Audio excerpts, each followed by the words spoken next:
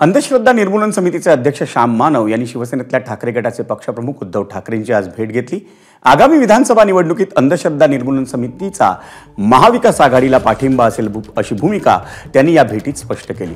तसंच या विधानसभा निवडणुकीच्या प्रचारातही अंधश्रद्धा निर्मूलन समितीसह विविध सामाजिक संघटनाही सहभागी होतील हेही त्यांनी स्पष्ट केलं।